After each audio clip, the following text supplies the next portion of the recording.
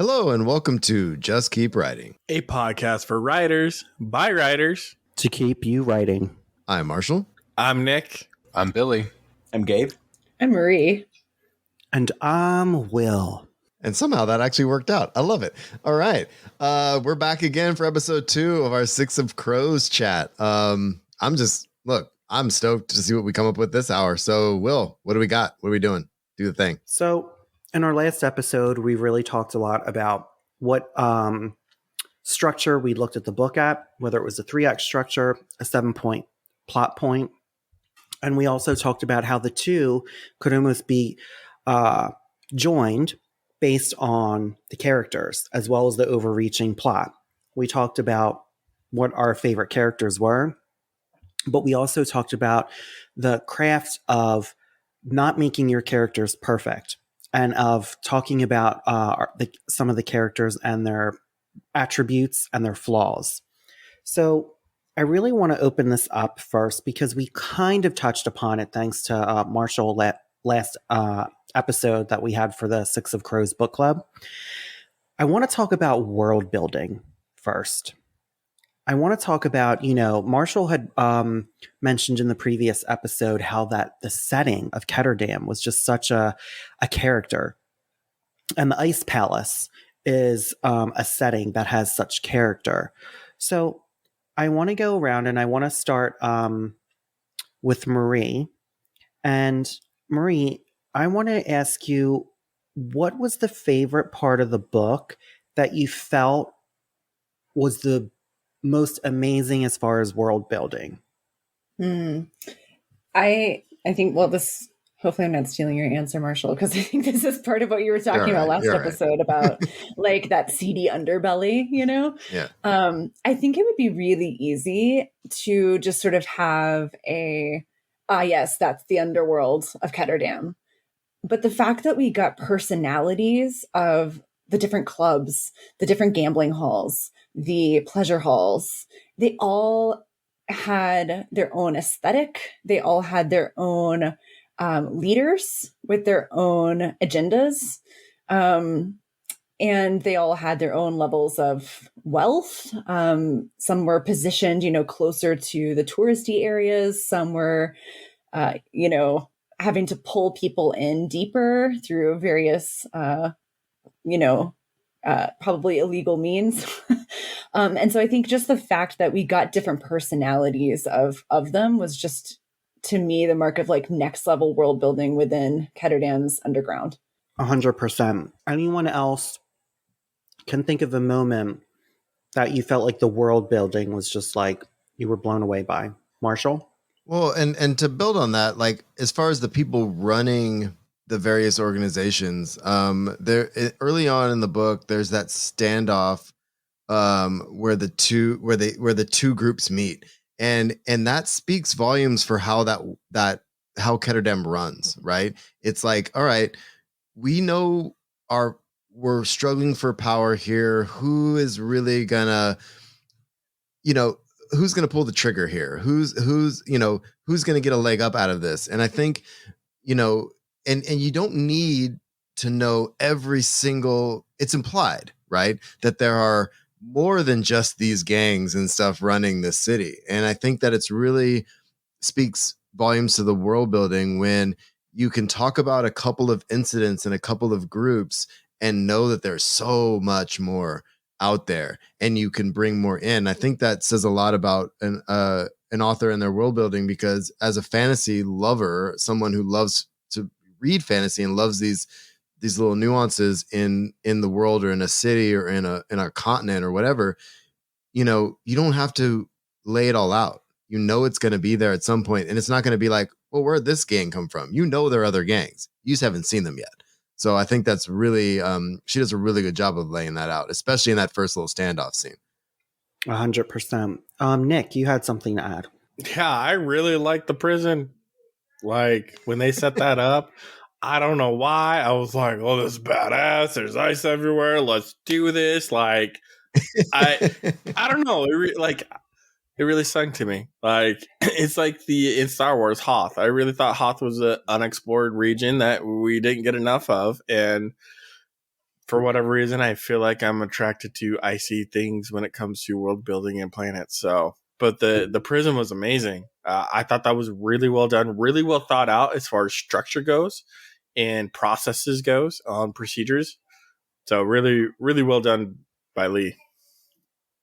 You know, it's interesting that you say that, is in the fact that, like, you have come from a military background. A lot of the stories that I've read that you wrote really encapsulate some type of structure where someone has to break into it. And it's really like haunting. So just from you saying that, I already see that in your own work. Gabe, you had something you wanted to add.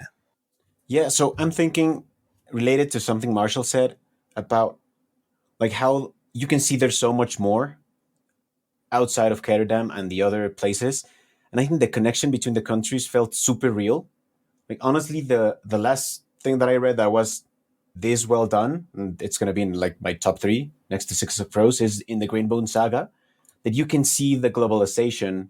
I mean, also given because of the technology, but you can feel like there's even hints at diaspora of different groups in the cities and in different countries. I think that was brilliant. And from a craft perspective, this is all seen through character. You can see the opinions of people, of other peoples, and there's never like an info dump, really, like to show us these things. And I have an example of a craft, not really from the countries, but a little craft thing that I found that it's doing like super double duty. And it's when they get to the prison, and it says the vast glass enclosure, quarter-mile long, could fit into a trading ship. Like this is telling us how big the trading ships are, while giving us an idea of how big the glass enclosure is. So that was super sneaky in a brilliant way, and I think that was so good. Absolutely. Billy. So I want to. I agree with everything that everybody said, but I think that one of the things she does amazingly well is naming. Not just the characters, but also, I mean, just like the groups. We've talked about the gangs, and I'm just going to list a couple of the gang names: Black Tips, Harley's Pointers, the Liddies, the Razor Goals, the Dime Lions. I mean, like every single one of those names just makes you. They're like they feel so real, and she just did a great job. The other thing that I thought was amazing world building was the Comedy Brute, where she had these characters and these like these sort of what's the word I'm looking for, like celebrations or rituals or something that kind of went along with that, and that just felt so real. Like the fact that they're throwing, like I can't even remember it exactly, but they're throwing coins and people have, they're reciting things back and forth to each other, and you have these like archetypal characters in that world, and that was just that was really cool. And it was cool how she used it in the plot as well. They all served the plot too. So pretty masterful. And I think Marie also in the chat said that, and the whole Hellgate scene was nuts. Mm-hmm. So Marie, do you want to talk about that Hellgate scene? Sure. I mean, I think you're right, Billy. And I think maybe this goes back to something you said in the previous episode, Gabe, about like nothing's wasted, right? Because like we see the stuff about the comedy. I read it with like a British or a French accent, like brute or something, but but yeah, that, sure, that's like some flavor. And that's maybe what I would do as like a beginning career writer, is like, sure, I've got some world building flavor. But the fact that they used it as their in to get to sneak in. And I'm guessing that was something you probably enjoyed, Nick, if you like having like infiltration scenes, because there were like 2 of them in this, which were both so cool. And it was, I think the other thing that was nice about Hellgate is not nice, it was disturbing, but like nice for plot structure wise was like, you get to see like extra why Pekka Rollins is awful and why Kaz hates him so much, because it was Pekka's idea to do this whole like fight to the death thing among the prisoners just for the enjoyment of the wealthy. Total. I mean, Hellgate's a perfect word for this place, right?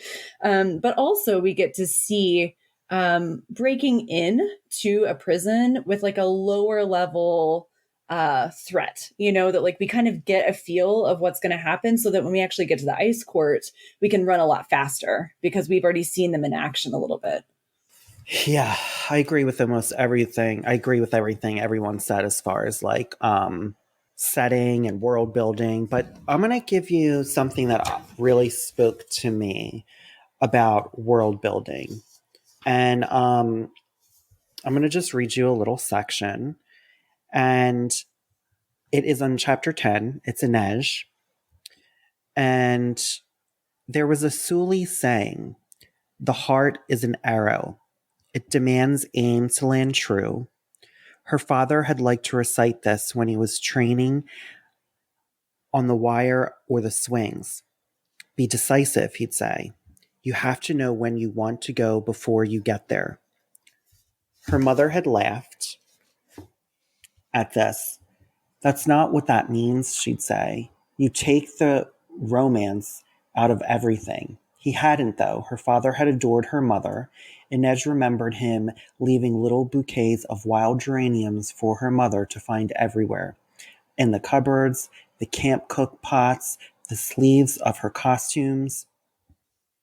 It was this little excerpt that Inej was instantly connecting with the memory of her family and love, and you could just picture that moment in your head.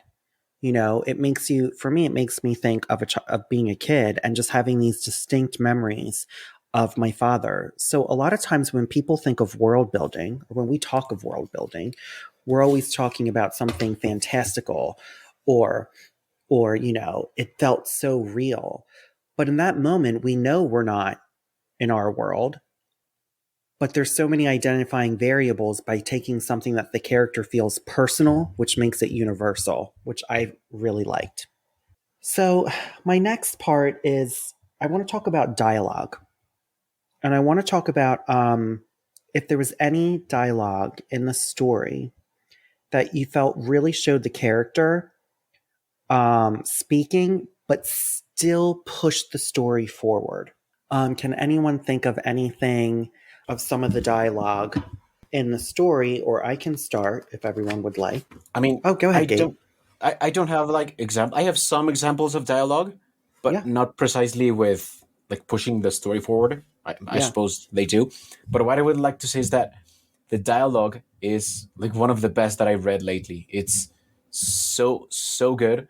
And even when there's like 6 or 7 characters on screen, Leigh goes without name tags, without the dialogue tags for 15, 16 instances. And you can see it's the 2 characters, but she has no need because of how they speak. And I think that's brilliant. And the banter, I just soaked that in. It was so good. It drove the conflict, but it also drove the relationships forward or backwards with amazing fun and like very evocative of the character. So I think that was one of the best things that I enjoyed of this book. Yeah, go ahead, Marshall. Well, and that's something I actually noticed because I actually listened to this on Audible, and I'm always aware, like, because I've listened to like John Scalzi novels, for example. And if you've ever read anything by Scalzi, he has dialogue tags almost every single line. And on Audible, it gets really interesting to listen to, especially at the speed I listen to thing. It's like, he said, she said, he said, she said. But Gabe, you're absolutely right. Like, there are moments I'm like, I know who's speaking, but she hasn't tagged them. Right. And going back to that scene I was talking about earlier, that scene, that confrontation between the 2 gangs, that dialogue between Kaz and was it Pekka, right? Was it Pekka?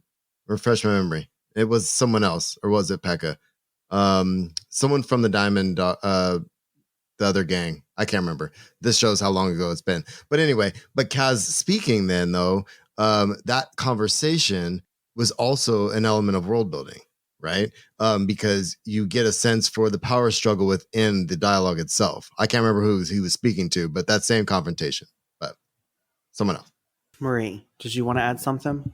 I just had an example of what y'all were talking about, especially with the whole, like, there's multiple people talking, but you can tell exactly who they are.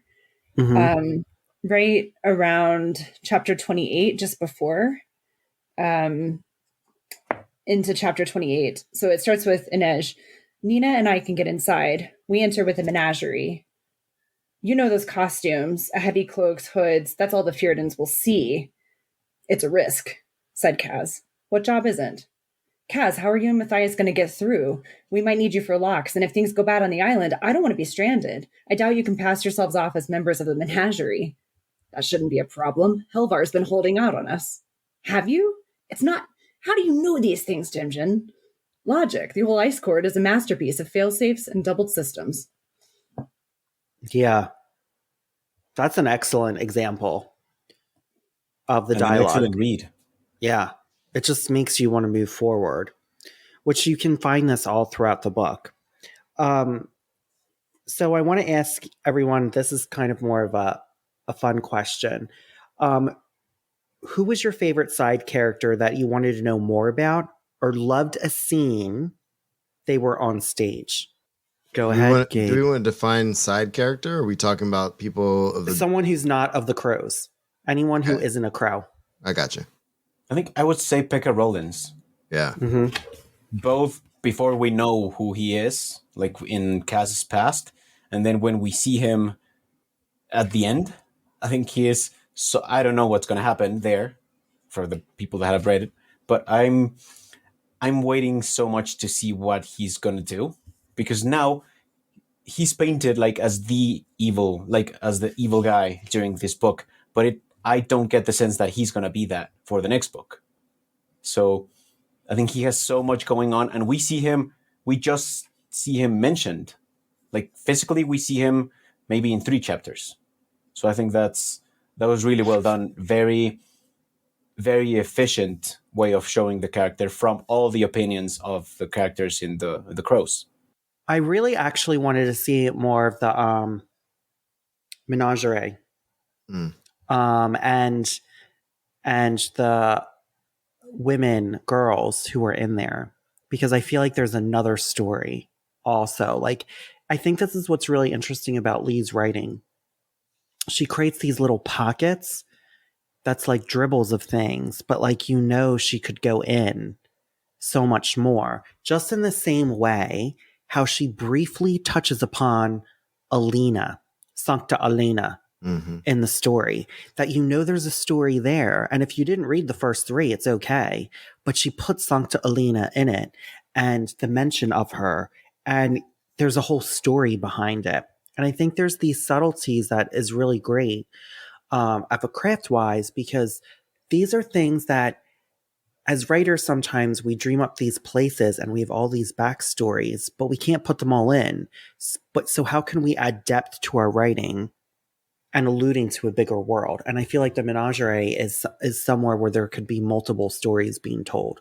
Yeah, go ahead, Marie.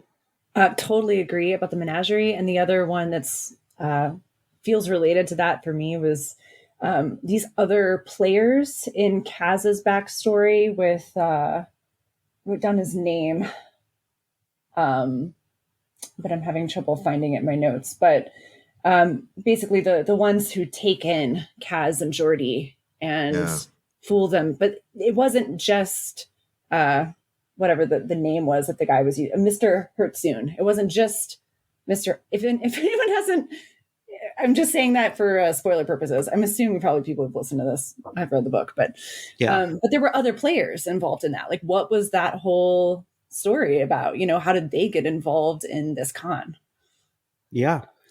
I would also, let's talk about, did anyone have any favorite internal struggles, like any internal struggle scene in the book that they really loved or really spoke to them? Or can you think of any of the internal struggles that we saw the characters go through that either you really loved, you identified with, and then you thought to yourself, wow, that's really good craft right there. How can I bring that in my story? And we'll start off with Gabe and then Billy. Gabe? So I'm thinking mostly of Matthias, and I think the scene that most hit me from his point of view was when they're running like above the training room where he used to train, and like when he's having this trouble of being home, but not really. I think I suffered that part with him. That was very poignant. This is that he really, like, he was home, but he couldn't be there really. He was physically there, but not with his country, and how he sees those places, and he was about to just go run to his teachers or his people to just betray them because he saw his past there. And I have like 5 things here that Matthias does, like in 3 chapters. Like just after this, he's considering shooting Kaz, and then he is with Brum after caging Nina, and then he goes with Kaz again. So I think Matthias, I think we mentioned that in the previous episode, of how he is the grayest character and the one that has the most choices to make. Everyone has, but Matthias's are like the most, with most conflict inside him. Yeah. Billy. So I'm like on the fence about whether to talk about Kaz or Jesper, but I think that Jesper's struggle with owning being a Grisha was a pretty interesting arc as well, an interesting internal struggle, and it kind of spills over into Crooked Kingdom as well. But it was compelling to me because it felt like, and I don't know, I love the world building aspect that if you don't use your power as a Grisha, you get sick in some way, and I think that the argument that Jesper's sickness comes from that is just, it's so wonderful. And this shows up kind of in like Shadow and Bone a bit as well, but that was just so compelling to me. And I think it's like using your power in a lot of ways. It's like, for me, I'm like, oh, this is like me if I don't write, you know what I mean? This is me if I'm not creating, and I get like sick. And so I thought that was just, that internal struggle was so real. It was so cool. Marie just put something in it. She says it's so queer. I love it. Do you want to expand upon that, Marie? I mean, I love that perspective, Billy, right? About like, if we're not creating, we're kind of withering, and I was thinking about it from the perspective of the previous episode where we were talking about that moment when Matthias, back in the flashback, says to Nina, like, it's unnatural. The Grisha are unnatural. And to me, that maps onto like queer phobia as one of, I mean, there's so many interpretations, right? But like, that's something that comes up for me. But what you're saying there too, right? Like if you shove it down, if you shove down this part of yourself, you're going to get sick, and that is directly opposed to, in the same way with the Grisha, the Grisha are seen as tools or lesser than, or there's actually a coming out moment for Jesper with his Grisha ability. And actually, I guess a couple of them in the book, because coming out isn't like a one-time thing, it happens for your whole life. So yeah, to me, that mapped on like really well. Yeah. And I, both of you come up with some really strong points. And I know, Billy, we talked earlier when you mentioned about like, if you're not creative, when you're a creative person and you're not being able to be creative, you get sick, there's this need to create, there's this need to be an artist, and I think that spills over a lot in this book. Go ahead, Marshall. Well, also, I think it depends on why you're not being creative too. And this goes to what Jesper is dealing with, because why isn't he using it? Well, because of the world around him, right? Why aren't people coming out? Why aren't, you know what I mean? Like, why am I not creating? Am I not creating because I'm busy as hell and my job sucks, or what? Like, what is keeping me from doing that thing? What is making me sick, right? And these are the things I feel like Bardugo brings out in this concept of, yeah, if you don't do this thing, you will become sick, right? But it's the construct, it's the world around them that is keeping them confined, right? So I think that's something really we can identify with, obviously, right? And I want to throw out there too, like, with, this is going to like Shadow and Bone, but like Alina was not using her power because she was holding on to this like memory of this, I can't remember his name right now, this person that she loved. And then Mal. With Jesper, it's like Mal. Thank you.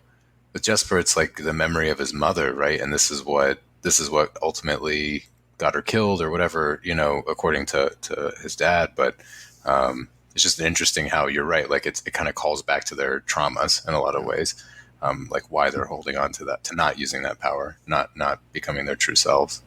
So I want to ask everyone this, because we're all writers. And what would you have done different in writing the novel? And I want to preface this question in a way that, not that what Leigh did wrong, because I think all of us can agree Leigh did this amazingly well, and it was a fun read, and there's so many craft lessons to be learned in this book. But I think as writers, we each want to evoke something. This is why we write. So what do you think if you were given the premise of the story, a heist and a secondary world fantasy with the Grisha, how would you create your spin on it? And I'll take volunteers first before Billy Palmer. I think what she did that was super interesting is that, for me, my magic is costly typically. And in her magic, it's the opposite. If you're not using the magic, it's costly. So I think that reversal was really cool. But I know that I would have defaulted to the magic is costly, and I would have gone way darker, probably a lot more teeth in the story, Yeah, some bone carving and stuff like that. But she even has that too. She has it all. I mean, she has the darkness and a lot in Crooked Kingdom as well. But so yeah. Just those things. Default to the magic being costly, and then darker. Marshall? Yeah, I'm with Billy. I would have made it darker just because I like my fantasy dark and bloody and gritty, and I don't go as far as the teeth thing, but I again, I haven't read your teeth stuff, and I'm in with that, But for me, like, honestly, like, I love this book. I love the series, but I typically don't write YA either. So I know that there's a limit when it comes to what you can do with the darkness level, I guess is what I should say. Like, as far as how bloody and gruesome it can be, right? I mean, you can't. I don't know. Does that make sense? What I'm saying? I would have made it darker. Yeah, it does make sense. I would say that's starting to change. I've noticed and it, it's and really that's why interesting. that's why when I said it, I was like, "But is that still true?" But personally, like, I would have been like, maybe in the detail of some of the things that played out, and maybe I would have gone down some of those darker alleys and explored some of those other gangs just to throw some more shit at the group. You know what I mean, kind of stuff. But that's kind of where I'm at with that. I could see a lot more dismemberment coming from your story. Absolutely. Especially when you got assassins, Wraith assassins. Yeah. Come on now. 100%. Gabe? I mean, the only thing that I'm thinking that broke my suspension of disbelief, it's a very small thing. It was literally the only thing. The age of the characters. And I know, I mean, being YA, and I've seen this as many times we've talked in our group, In the Name of the Wind, half of what I didn't believe was Kvothe being so good at everything at 15 years of age. And this is the thing. At which one? Who? Kaz? No, I was another story. In the Name of the Wind. Story. I mean, In the Name of the Wind. Every character was very young and being very, like, hyper competent in the things that they were good at. That was literally the only thing that I would change. Just making them. I was useless at 16 or 17. So. Right. I have a counterpoint to that, but we'll get to that in a minute. Nick? I want to challenge that too. What Gabe just said. Go right ahead. You've got to think and consider the world that they're in and what makes them at that age. So me and you at 15 and 16, we were barely in high school figuring out, math. Them at 15 and 16 have experienced war, trauma, many other things. Look at Inej and her life, I think the world building aspect makes me believe that. And that's where I challenge you on it, is the world that they live in is forcing them to grow and mature in ways that we can't relate to, which is why I like it. Yeah, that's true. That's Because fair. I look at my kids now and I look at how I grew up, and just that generational difference on our competencies on what was a priority when I was a kid versus what's a priority now. There's a difference. So I would challenge you and look at the world a little bit more, especially with Quoth, and the things that he had to experience before he became great at everything, and why that's a good motivational factor. Well, I know you had a point to that too. I love it. I do, but I want to go to Marie. I want to hear, Marie, what would you, how would it come out if you were writing it?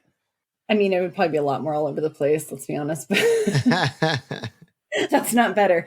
I think there was one part that was challenging for me to read, and it was actually chapter 2.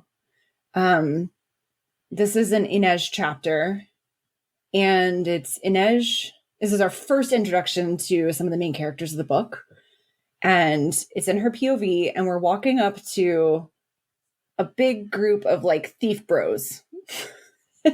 And we know that Kaz is the leader because she talks about that. And obviously, they have a relationship of some kind, like a professional relationship.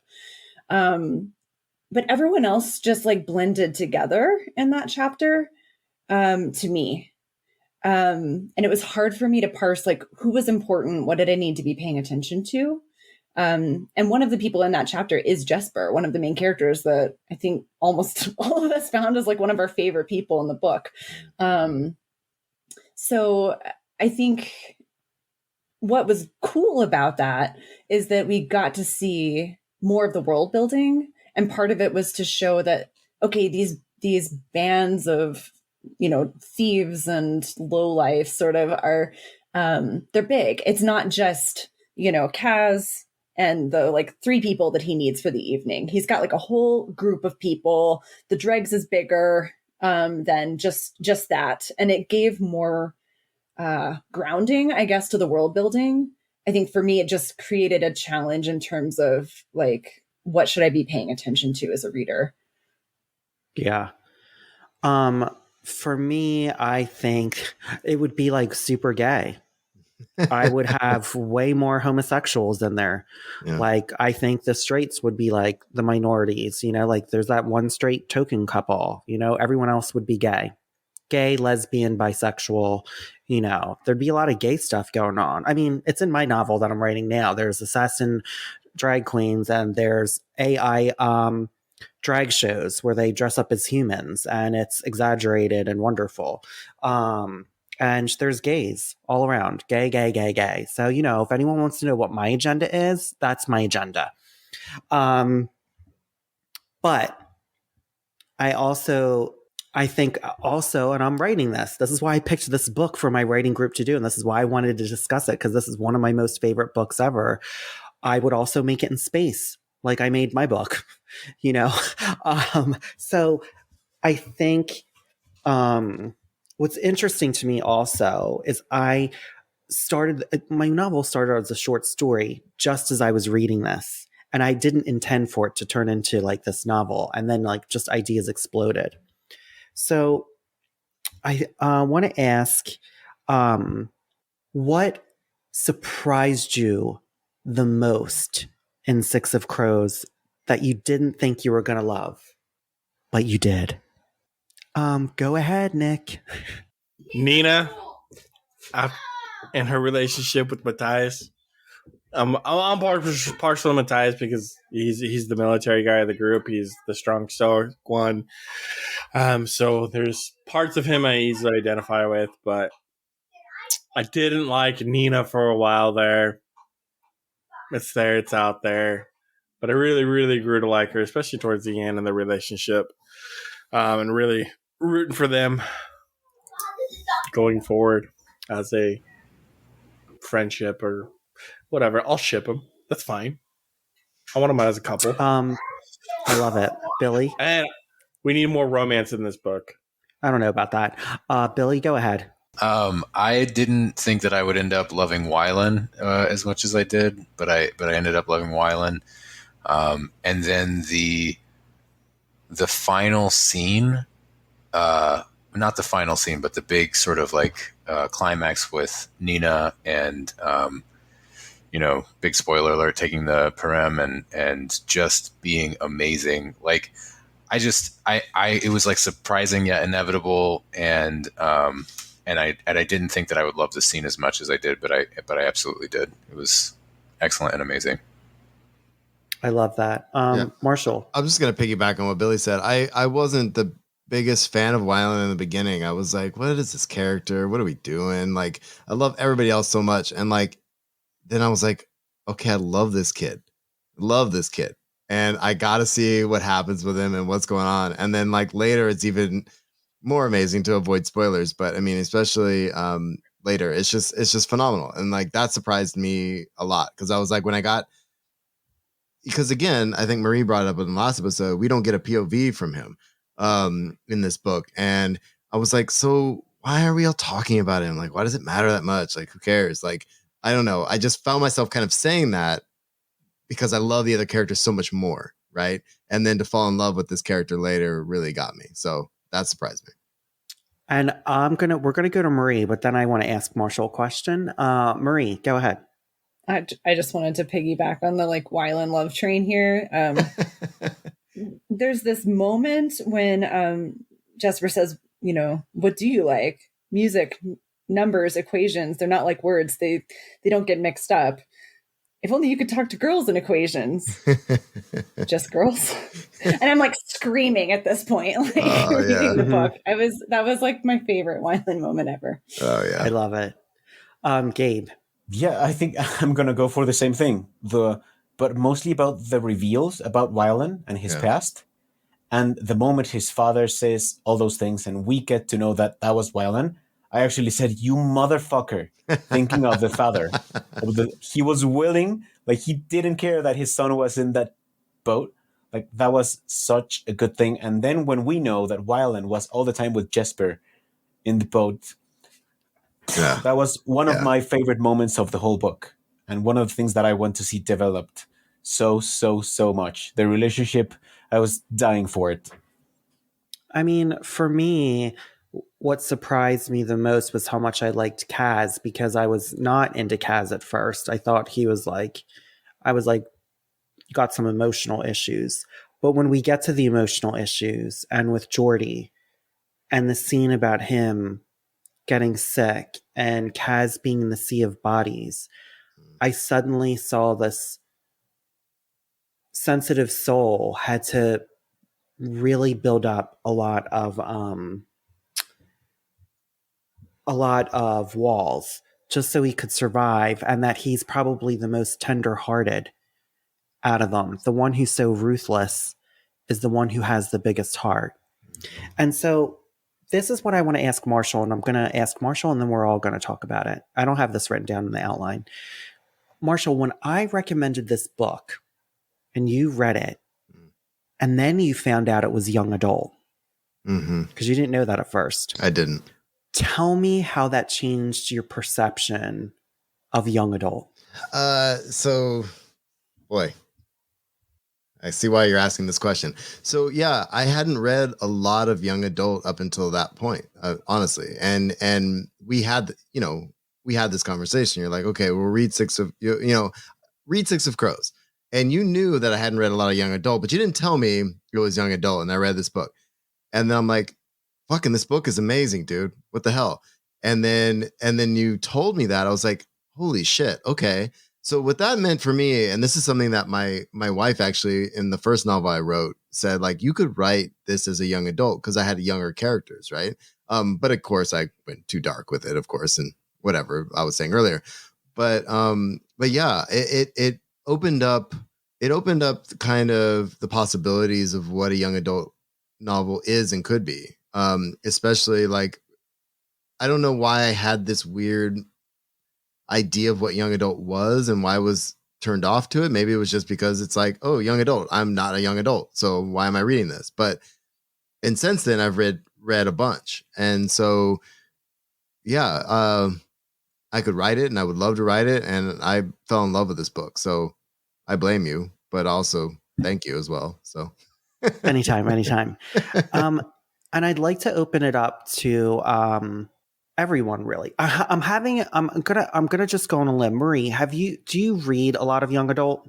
A bit, yeah. But I think with this whole question about like dark in kidlit, that I guess YA is, I guess, technically the upper end of. So I think probably a lot of you have had conversations about this with, but my like childhood obsession that's landed throughout my entire life was Animorphs, which like is middle grade, so it's even younger. And there's like in the first book, there's like cannibalism and death of I don't know how many people. There's lots of murder. There's like body dysmorphia. There, like the whole book is just the first book is already just as dark as this, if not maybe more so. And so I think for me that wasn't a hurdle. I think for me, my assumption about YA is that it's going to be going along at a quick pace, that it's going to be really engaging. I'm also usually expecting there to be romance plots, which is like not usually my favorite thing, but it's okay. So that's the stuff I was expecting. And I think most of that kind of panned out here. You know what's interesting though? I felt like the romances weren't like, they were very believable. Yeah. And I liked them actually in this much better than most of the time. I think that's, I don't know if it's because they were just very much like B plot type stuff, but yeah, they weren't the focus. Just because yeah. So I thought that worked out well. I'm going to contrast this with another young adult book, which is Cassandra Clare's The Mortal Instruments. The romance between Jace and Clary, if anyone's read it, I felt like, and I love those books. This isn't a diss on Cassandra at all, because I love those books. The interesting thing is that their romance felt very romancy, young adult, very angsty, very in the heat, where the romances with everyone in The Six of Crows felt earned, felt believable, and they weren't, I looked at him and I fell in love. And I thought that was the biggest difference, The Six of Crows versus The Mortal Instruments. So Gabe, I want to go to you. Were you surprised, like it being young adult, and what were your thoughts about that? So I'm going to be the foil here and tell the group that I learned that this was a YA on last episode. Like I had no idea this was a YA. No shit. No idea amazing. When I read it. That's amazing. So last episode was like, holy shit, it is. Mm-hmm. And I think I held some of the same things that Marshall was saying. Like, yeah, I don't read YA anymore. That was my thought. Because I used to read a ton of it when I was a young adult. But now, like, I gravitated more towards adult fantasy, like, all the time. But reading this and now learning that it's YA, it's just, it's brilliant. Like, it feels very different to the things, and it's the things that you're saying. The focus on romance. Like, I like romance in stories, but in this, it just felt not the focus, but also one of my favorite parts of the book. Mm-hmm. Those little things, like the subtlety of the romance. Mostly Wilden and Jesper. That was, for me, that's the only thing that I need now. Yeah. So I think that was really surprising learning that it was a YA. So amazing. And Billy, what are your thoughts? So I read some YA. I'm not like exclusively a YA reader. I was just trying to think of like a lot of the YA books I've read recently, and I discovered like the Rain Wild Chronicles by Robin Hobb and read those Dragon YA books, and then I was waiting on the third Jade Trilogy book and delved into Fonda Lee's like YA backlist and stuff like that. So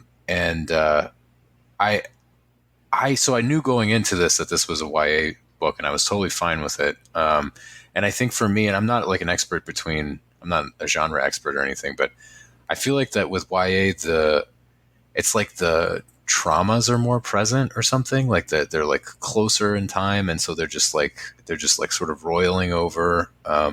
And it defines character so much more. And I read like the first book in Sarah J. Maas. A Game of I Thrones. can't hear you. Not a Game of Thrones. Glass. I get it. I know Game of Throne of Thrones. Glass. Oh my god. Throne of Glass. Throne of Glass, yeah. Thank you.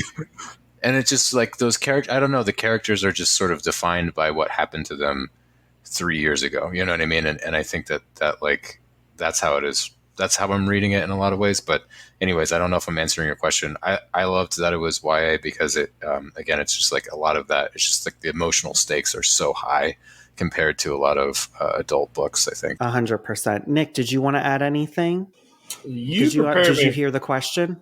I did. You prepared me for this book ahead of time because you had me read it so I could go over your novel when it's ready to get a good idea of what you were aiming for heist-wise. So, yeah, you set the correct expectations for me ahead of time. So I wasn't surprised by it. I do feel like, I don't know. I could see how someone could say it's not a YA book. I think it flirts with it's that. It's not a what? YA. Oh, yeah. It borders on that line. Yeah, I think it definitely borders that line, but we're seeing more and more YA be written for adults than actual young adults. And so I think this is like in that trend market where it's like it could still fit in both, but... Yeah. Okay, so I just have 2 more questions and we're done. The first question of the 2-part question is, what were your 3 craft takeaways from reading Six of Crows? Just 3 things off the top of your head that are craft takeaways. And I'm going to start off with Gabe. I would say, I mean, we talked about the world building and the subtlety and efficiency of how she does it. Like she's pulling character, world building, character setting and plot in the same sentence. But apart from that, I loved the way perspective is a big thing and how it's played out, both for the characters, like Matthias and Nina. You can see the very opposite perspectives there. And I think that was really, really well played in many things. The perspective of it's played for the setting, it's played for the plot and for the characters. That was incredible. Also, the setting and escalation of stakes. Like we know perfectly well what every single character has got to lose or got to win, and how it shifts and morphs as the story advances. Like Kaz gives us the stakes of every character, but they develop and shift as everything advances. So I think that was also amazing, and I'm taking a ton of notes. I took a ton of notes while reading this book. Yeah. Billy. So I think my takeaways are just going to be things I think that I'm going to have to reread the book several times to figure out how she did them. And I think number 1 is her ability to withhold information in a way that was like really natural and didn't feel like it just served, the purposes of the plot. Like she was like Kaz withheld information for a reason every time, but he seemed to know so much more than we ever knew that he knew. So I thought that was excellent. Her tension through dialogue and character difference, I think, was really amazing through the whole story.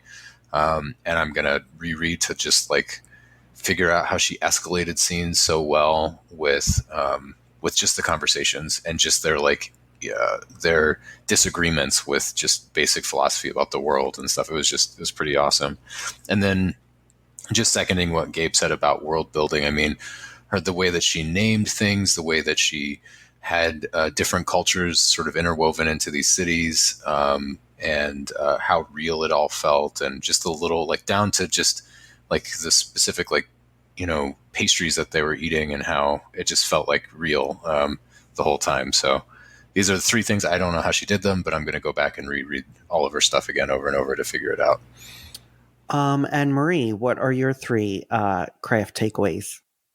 Yes to all that. I think, it's easy for me as a pantser to look at the heist I'm working on right now and despair that it's not as neat and tidy as this, but to remember that, this is the finished version. So I get to keep editing and I think one thing that was actually helpful for me was to see where she lines up the heist beats with something like 3-act structure beats, because it maps onto it, but pushed back a bit.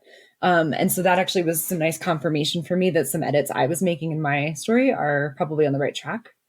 And then off the structure sort of topic, back onto character, just remembering that like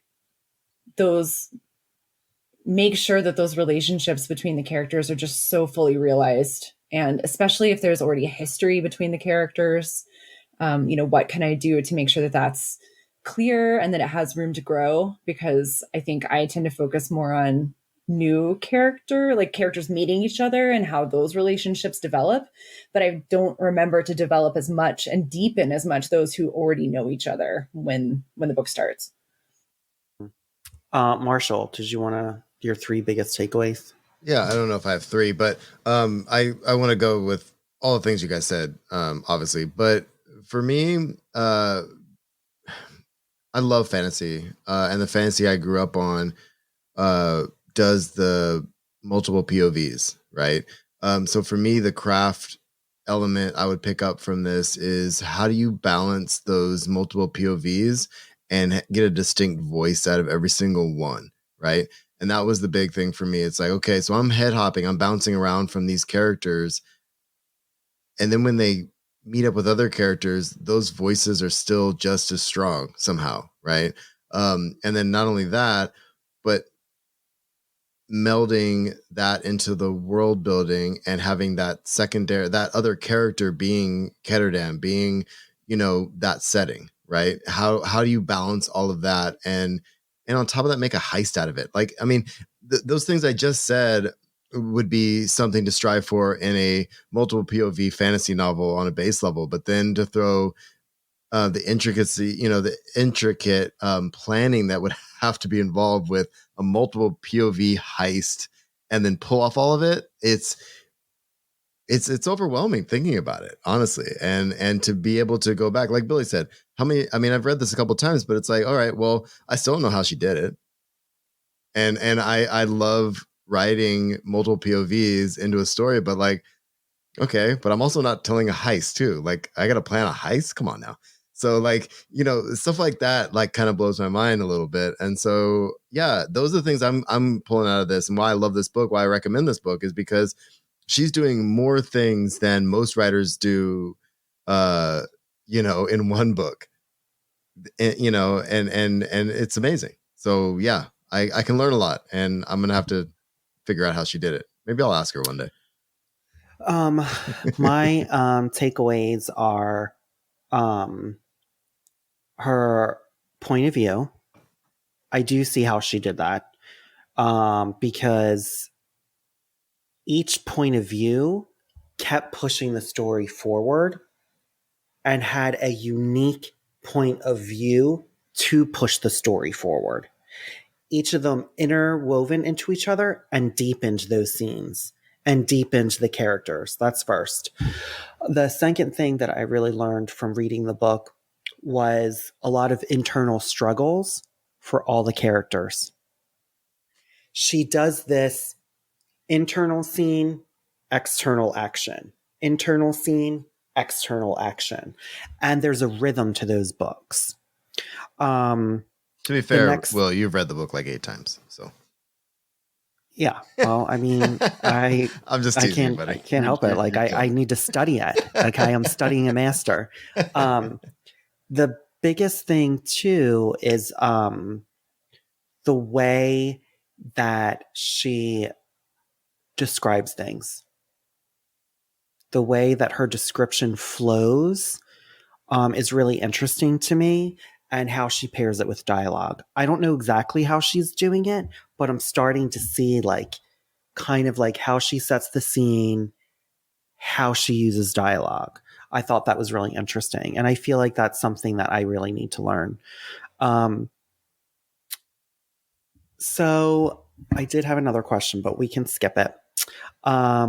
My next question, we can talk about it later, everyone, or in Discord. I'll mention it in Discord when this episode drops. I want to ask you, as our final question of our final episode of the Six of Crows book club, did Six of Crows inspire you to just keep writing? Marie. Yeah, I mean, I think it was really interesting what you said about it, Will, that this was a hard book for Leigh to write. And it's a reminder to me that even when the words don't flow or when we run into hiccups or outright obstacles in our own writing, that final product can still be immensely fun for a reader. And it's not just like this beautifully crafted book, it is fun to read. So that gives me a lot of hope and excitement for my own writing. I love it. Billy? Yeah, I think this book, it really inspires me to keep writing because of how awesome it is, and just imagining being able to produce something like that. However, it is also extremely humbling in a lot of ways, because I think it's just so good, and it hooked me so much. It really reignited my love as a reader, I think, more than a writer. But again, it does inspire me in a lot of ways to keep writing. Gabe? Oh, well, Billy and Marie said most of what I was thinking.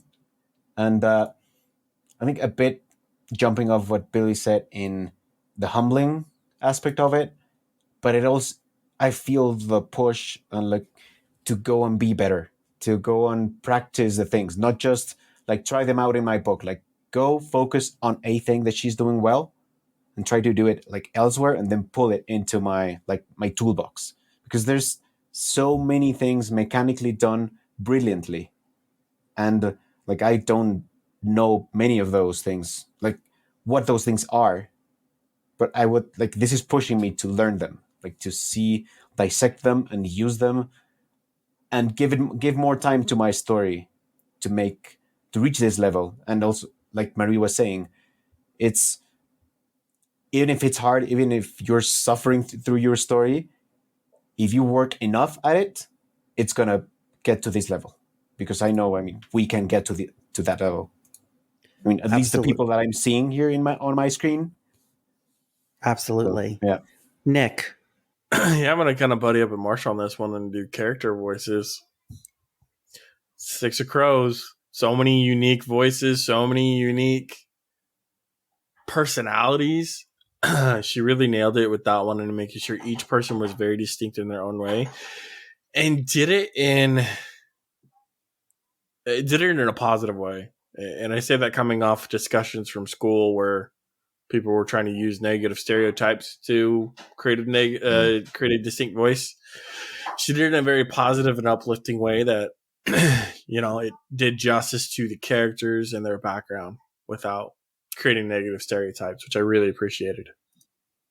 And did it leave you with the sense that you wanted to keep writing? Like, did it make you want to go back and write? It made me want to go back and read. I think I reconnected with reading on this one than writing, because I just loved her characters so much and wanted more. So it definitely made me go pick up 4 other books. I love it. And Marshall? Yeah, for me, yeah, I don't know. Everything you guys say, it's. I don't know if the word for me is. I think the word for me is dauntingly, like daunting. Like when you read this, it's like I want to be able to do this, but it's a very daunting kind of challenge. But at the same time, I'm up for the challenge, right? And so that's the thing. It's like, okay, so it's daunting, yes. So if I break it apart and if I segment it in such a way, I might be able to dissect what she did and figure out how to do that in my own work, and hopefully make it as compelling to have someone like Nick be like, I'm just going to go back and read more because I just have to, right? And that's the goal, right? We're writing for readers, and I think that's the thing that we have to understand as well, that we're writing for ourselves, but also we want to write compelling stories for people to consume and to have these conversations about. So yeah, it makes me want to write because I want people to have these conversations about my books at some point. Yeah, for me, I mean, I picked it, so yeah, it definitely makes me want to write. And on a personal note, I met Leigh a few times, but the last time I actually got to see her, she was actually in talks with Daniel Jose Older, who I also is like a literary hero. And I never listened to that interview. I'm sorry. And I actually got up and asked her a question because, when you're in the audience, and this is obviously pre-pandemic, okay? Yeah. And I asked her, like, what was I was like, I just finished a young adult novel, which I did, which is called The Halloween Chronicles. And I asked her, like, did you ever think that it was just too late for you because of age? And, did it make you think that, like, oh, I already should have arrived? And she said, in our society, it fetishizes youth and these youth-oriented things. And she says, and, my first book got published at, like, I think she was 37. And she said, and it was still great. And she goes, but what's been really great is that I was able to keep writing and that I'm able to grow my success. And she said, a good story is a good story no matter when you write it. And that really stuck with me. And then afterwards, when I went up to get my book signed, she came around. She gave me a really big hug. And she was like, I just can't wait to read your novel. Oh. So she's just someone to me who is genuine. And I just love the world that she creates. And she really thinks, Leigh's commented on her first novel, Shadow and Bone, was very heteronormative, very white. And she said, I needed to look at like what I was internalizing. And if you read her now, she has gotten better with being diverse and she even said this, she's not diverse to be diverse. She's writing the world as she knows it and as she experiences it because she lives in LA and she's traveled all over the world. So to me, she's just a really big source of inspiration and also what it means to the way she interacts with people, peers, upcoming writers, and her fans. She's gracious and kind and really, she is someone who really thinks about what she's doing with purpose. So that's our episode, everyone. Awesome. I would just like to, Marie, where can everyone find you on social media? Come find me at marieparks.com. And because, Will, you're going to probably say this really fast again. If you're listening to this podcast and enjoy it, please support them on Patreon. They're awesome. Seriously. Aww. You get all kinds of great perks and you're supporting a great podcast. Oh, thanks, Marie. Thanks, Marie. And talk to me. What's your book title? It's called Unrelenting. It's co-written with Jessi Honard, and it'll be coming out sometime in spring 2022 from Not a Pipe Publishing. Amazing. And we'll put that all in the show notes. And hopefully by the time this airs, it'll all be up. We'll be able to have a pre-order link and everything. Gabe, where can everyone find you on social? So I'm on Twitter and Instagram under GF Salmeron and Gabriel F. Salmeron. And Instagram, it's mostly knives. And on Twitter, it's going to be a lot of tweets about dogs because I have 7 dogs and you're going to get to meet them all. Oh, Lance. And Billy, where are you on social? I'm on Twitter at BAPalmer_writes and then BillyAllenPalmer.com. I love it. And all of our socials are on the links. Yeah. And Marshall, anything else? Nah. Thanks for joining us and, just keep writing. And this has been Just Keep Writing, a podcast for writers, by writers, to keep you writing. You can find us at justkeepwriting.org. Follow us on Facebook, Twitter, Instagram, and YouTube. Feel free to reach out to any of us on our social medias, and please jump in our Just Keep Writing Discord channel. Links to all of that is in the show notes. Lastly, please support our show by going to patreon.com/justkeepwriting. We offer daily writing prompts, early access to podcast episodes, and much more. Thanks for listening, and just keep writing.